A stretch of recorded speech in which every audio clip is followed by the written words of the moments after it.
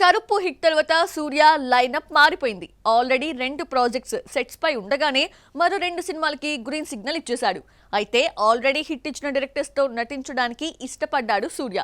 ఇంతకీ ఆ డైరెక్టర్స్ ఎవరో చూద్దామా? కరుపు 300 కోట్ల మార్క్ కూడా దాటేసింది. ఎక్కడికి వెళ్లి ఆగుతుందో ట్రేడ్ వర్గాలు కూడా చెప్పలేకపోతున్నాయి. డివైడ్ టాక్ వచ్చిన సినిమా 300 కోట్లు కలెక్ట్ చేయటం ఏంటంటూ మేకర్సే షాక్ లో ఉన్నారు. కరుపు తర్వాత వెంకీ అట్లూరి దర్శకత్వంలో నటిస్తున్న విశ్వనాథ్ అండ్ సన్స్ ఆగస్టు 14న రిలీజ్ అవుతోంది. మరోవైపు మలయాళంలో ఆవేశం వంటి సూపర్ మీట్ మూవీ తీసిన మలయాళ దర్శకుడు జీతు మాధవన్ తో వర్క్ చేస్తున్నారు. ప్రస్తుతం సెట్స్ పై ఉన్న సినిమాల తర్వాత సూర్య కలిసొచ్చిన దర్శకులకే ఛాన్సులు ఇచ్చాడు. జై భీమ్ వంటి ఓటీటీ హిట్ ఇచ్చిన జ్ఞాన్వేల్ కు ఓకే చెప్పినట్టు తెలిసింది.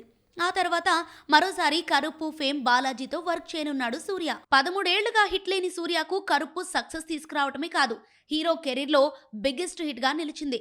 దీంతో దర్శకుడు ఆర్జీ బాలాజీతో కలిసి మరోసారి వర్క్ చేయాలనుకున్నాడు. ఇది సూర్య 50వ సినిమాగా రూపొందుతుంది.